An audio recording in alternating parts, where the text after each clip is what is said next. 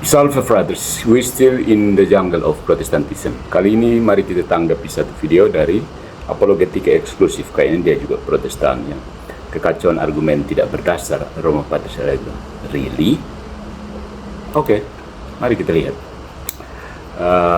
Oke, setelah menyimak videonya, kita robek satu persatu klaimnya dengan senyum sinis dan logika yang tajam.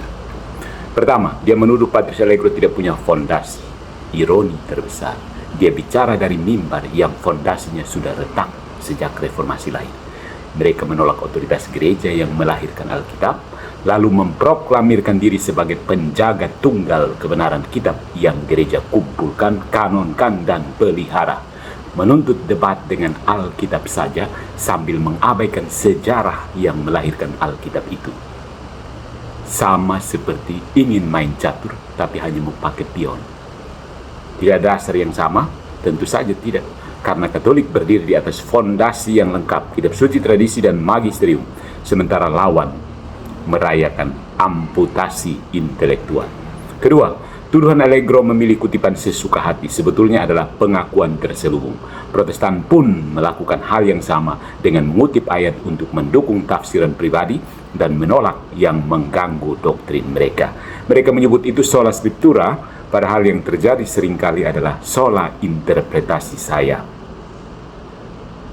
Saya langsung teringat akan puisi yang dulu saya baca waktu SD, Khairil Anwar. Aku, kalau sampai waktuku, ku tak mau seorang pun meraih. Tidak juga kau, gereja Katolik. Ketika Katolik berbicara soal Maria Immaculata, itu bukan hayalan, tapi kesimpulan teologis yang lahir dari konsistensi kristologi.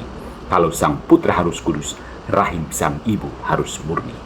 Ini bukan rantai tak berujung.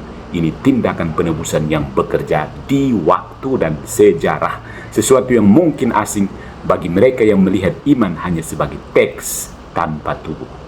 Ketiga, tuduhan tidak akademis. Akademis menurut siapa? Menurut standar mereka yang memutus hubungan dengan tradisi akademik gereja yang melahirkan universitas-universitas dunia, tuduhan tidak mau berdebat hanya bunyi kosong. Allegro memilih panggungnya sendiri karena tahu debat buta hanya mengulang kebisingan. Dia tahu ini bukan adu cepat mengetik ayat, tapi adu konsistensi sistem iman. Ya.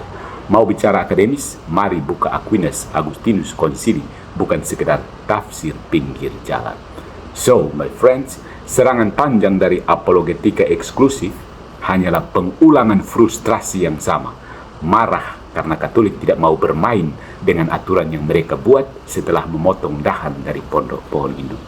Allegro mengulang kebenaran karena audiensnya butuh diingatkan, bukan karena ia bebal, tapi karena suara yang paling keras biasanya datang dari yang paling goyah.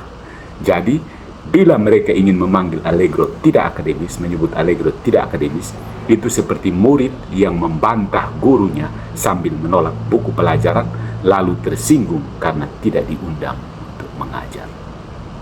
Good job, apologetika eksklusif. Kira-kira berapa orang yang tertarik dengan ceramah Anda, bro?